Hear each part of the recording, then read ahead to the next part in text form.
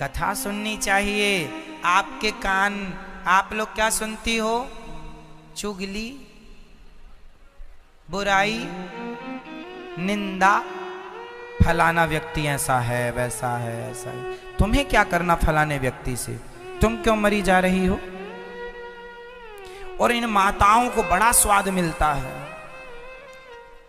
एक द्वारे खड़ी है अपने घर के, एक सामने वाले अपने द्वार पे खड़ी है, दोनों इस द्वार से उस द्वार तक इनकी पंचायत चल रही है। सबसे ज्यादा पंचायत माताएं होती हैं, पंचायती। सही है, इनकी बातें पूरी नहीं होती। पुरुष भी पंचायती होता है पर माताओं की अपेक्षा कम होता है। हाँ, हर कोई नहीं होता, ये भी आपकी बात सत्य है।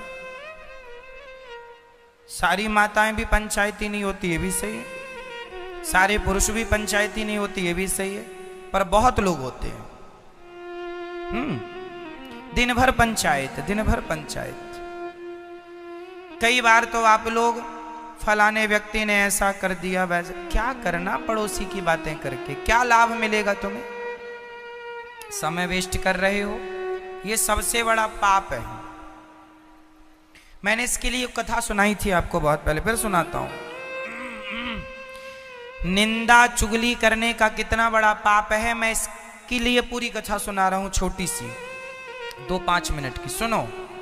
एक राजा ने ब्राह्मणों का निमंत्रण किया। खोले में भोजन बन रहा था, खीर पक रही थी। संयोग से खीर ढकी नहीं थी, तो ऊपर से एक पक्षी सांप को लिए जा रहा था। तो सांप उसके पंजों से, पक्षी के पंजों से छूटा और संयोग से उस बर्तन में जाके गिरा जिसमें खीर पक रही थी। तो सांप का जहर उस खीर में मिल गया। अब खीर हो गई जहरीली। वही खीर सारे ब्राह्मणों को परोसी गई। सारे ब्राह्मणों ने खीर खाई। खीर खाते ही सारे ब्राह्मण मर गए। लगभग 100-125 ब्राह्मण थे, सब मर गए एक तरफ से। अब आप लोगों से सवाल पूछ रहा हूं मैं। अब जब ब्राह्मण मरे तो केस गया यमराज के पास। यमराज जी ने कहा, भाई 125 ब्राह्मण मरे, इन ब्राह्मणों की हत्या का जिम्मेदार कौन है? आपसे सवाल, बताइए, उन ब्राह्मणों की हत्या का जिम्मेदार कौन था? जल्दी उत्तर दो। सांप जिम्मेदार था क्या? पक्षी जिम्मेदार था क्या? राजा जिम्मेदार था क्या? तीन में से कौन? बताओ, चलो हाथ उठाओ। हैं? जिसने खीर बनाई वो जिम्मेदार है, वो ढका नहीं। बात ठीक है आपकी, पर वो जिम्मेदार नहीं है। भाई खीर आदमी बना रहा है तो खीर को चलाना पड़ेगा बार बार। बेचारा चला रहा था, तभी कोई पानी वानी पीने चला गया होगा, मिनट भर की बात, उतनी में गिर गया सांप। अब इसमें उसकी क्या गलती है? क्यों मैया? आप बताओगी कौन गलत है? बताओ, किसको दोषी माने? ब्राह्मण हत्या हो गई ब्राह्मणों की, कौन है हत्या का दोषी? कौन मैया? आप बताओ, पीछे वाली मैया बताओ कौन? ओ लाल साड़ी वाली मैया, ओ मैया बताओ, आप बताओ, आप बता रही हो? हाँ हाँ, ये कथा हम बहुत पहले सुना चुके हैं, जिसने सुनी होगी उसको याद होगा। दोषी ना खीर बनाने वाला था, ना तो दोषी राजा था, क्योंकि राजा मारना तो चाहता नहीं था। दोषी सांप भी नहीं था, क्योंकि सांप के मुंह में जहर सांप ने नहीं भरा, वो प्राकृतिक सांप जहरीला होता है। और रही पक्षी की बात, तो पक्षी तो अपना भोजन लेके जा रहा था, सांप उसका भोजन है, तो वो तो अपने रास्ते जा रहा था और छूट गया। तो उसे थोड़ी पता था पक्षी को कि ये जाके खीर में ही गिरेगा। तो ना तो दोषी पक्षी था, ना तो सांप था, ना बनाने वाला, ना तो राजा। अब यमराज चक्कर में पड़े हैं कि अब न्याय कैसे हो। ये 125 पंडित जी मरे, इनकी हत्या किसके माथे रखी जाए, कोई तो दोषी है। तभी पूरे गांव में हल्ला हो गया। तभी यमराज वहां पर पता लगाने गए कि देखूं तो सही किसके माथे हत्या रखी जाए। यमराज सामान्य आदमी पंडित जी बन के गए। कुछ महिलाएं वहां खड़ी थीं, तो पंडित जी ने पूछ लिया, यमराज पंडित जी बने थे। यमराज जी ने पूछा, अरे मैया आज हमारा भोजन कहाँ है? वो सुना था राजा के यहाँ बड़ा भंडारा, राजा के यहाँ भंडारा है, हम ब्राह्मण हैं, भोजन करने आए। तो सारे लोगों ने तो पंडित जी को रोका, महाराज वहां बड़ी अनहोनी हो गई है, आप मत जाइए, वहां बड़ा बुरा हो गया है, मत जाइए। सबने तो ऐसा कहा। सब एक मैया मिल गई, बड़ी पंचायती होशियार। उनसे पूछा यमराज जी ने, क्यों हमें भोजन आज कहाँ करना था? वो राजा ने बुलाया था, राजा का घरवर कहाँ है? उस मैया ने कहा, पंडित जी वहां मत जाना, राजा बड़ा दुष्ट है। क्यों? सारे ब्राह्मणों को जहर दे के मार डाला उसने, सबको मार दिया। जरा पूछो इस मैया से, तू खड़ी थी वहां जब वो जहर मिला रहा था? तुझे कैसे पता कि जहर मिला रहा? लेकिन नहीं, होशियार बनना है। ओवर कॉन्फिडेंस नाश करता है।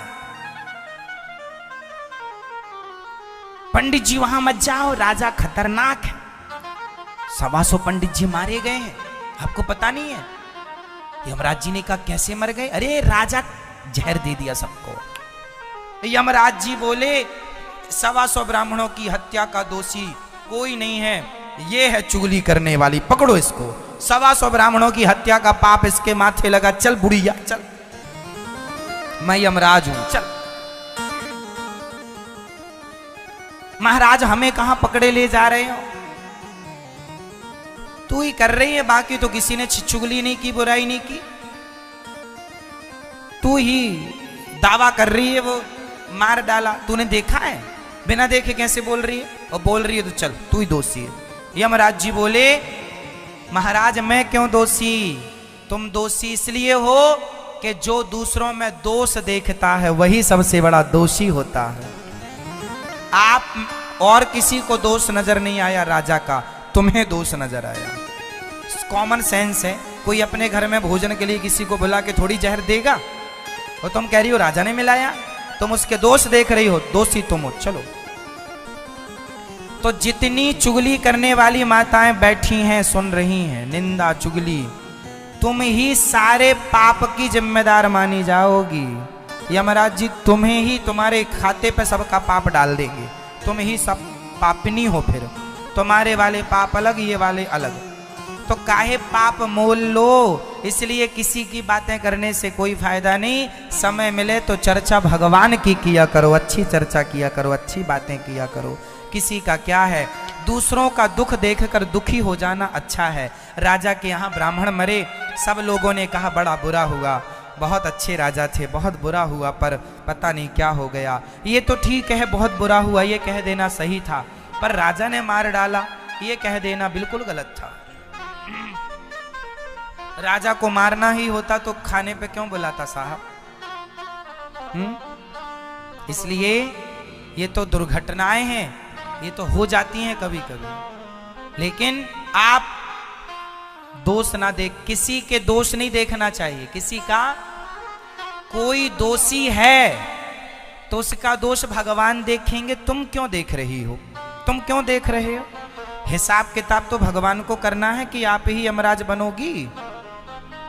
इसलिए मैया कान ना बिगड़े आपके, क्या ना बिगड़े? क्या ना बिगड़े? चलो बताओ किसके कान बिगड़े तो नाश हुआ? किसके कान बिगड़े? किसके कान बिगड़े मैया? माता कैकई के कान बिगड़े, मंथरा ने बिगाड़े। माता कैकई के कान बिगड़े, नाश हो गया। दशरथ जी चले गए, हंसते खेलते परिवार में आग लग गई। कान बिगड़े थे किसके? जोर से कान किसके? आंख किसकी? रावण की। और जवान किसकी? द्रौपदी की। आप लोग अपनी वाणी पर, अपनी आंखों पर, अपने कान पर संयम रखेंगे। जिनने तीनों पर संयम रख लिया, तीनों को कंट्रोल कर लिया, उसका लोक परलोक दोनों सवर जाएगा। व्यक्ति का नाश होता है तीन के कारण, आंख बिगड़े या कान बिगड़े या मुंह बिगड़े, वाणी। इसलिए तीनों को कंट्रोल। पूतना मौसी आई, बड़ी सुंदर बन के आई। भगवान ने देखा नहीं, पूतना ने भगवान को जहर पिलाया। भगवान ने पूतना का उद्धार कर दिया। पूतना का उद्धार करके भगवान ने जहर पिया। थोड़ा दूध था, दूध जहर सब। पूतना चिल्लाई, बालक छोड़ दो, छोड़ दो। भगवान बोले मौसी जी हम जैसे पकड़ लेते हैं, छोड़ते कभी नहीं। यहाँ पकड़ने की पूरी व्यवस्था है, छोड़ा नहीं जाता। पूतना के प्राणों का पान कर लिया। पूतना धड़ाम से गिर पड़ी, पूतना का उद्धार हो गया। भगवान से क्या छिपा है? तुम बाहर से बड़े नम्र हो, बड़े अच्छे हो, बड़े, पर भीतर से कैसे हो ये तो आप ही जानते हैं। इसलिए भगवान स्वयं स्पष्ट कहते हैं कि निर्मल मन जन सो मोहि पावा, मोहि कपट छल छिद्र न भावा। मैं तो उन्हीं को मिलता हूं। आज भी भगवान है मेरी मां, बस देखने वालों की कमी है। मेरी आंखें द्रौपदी की तरह निर्मल हो जाएं, मेरी आंखें पितामह भीष्म की तरह भक्ति के चश्मे से देखने लग जाएं, तो गोविंदा।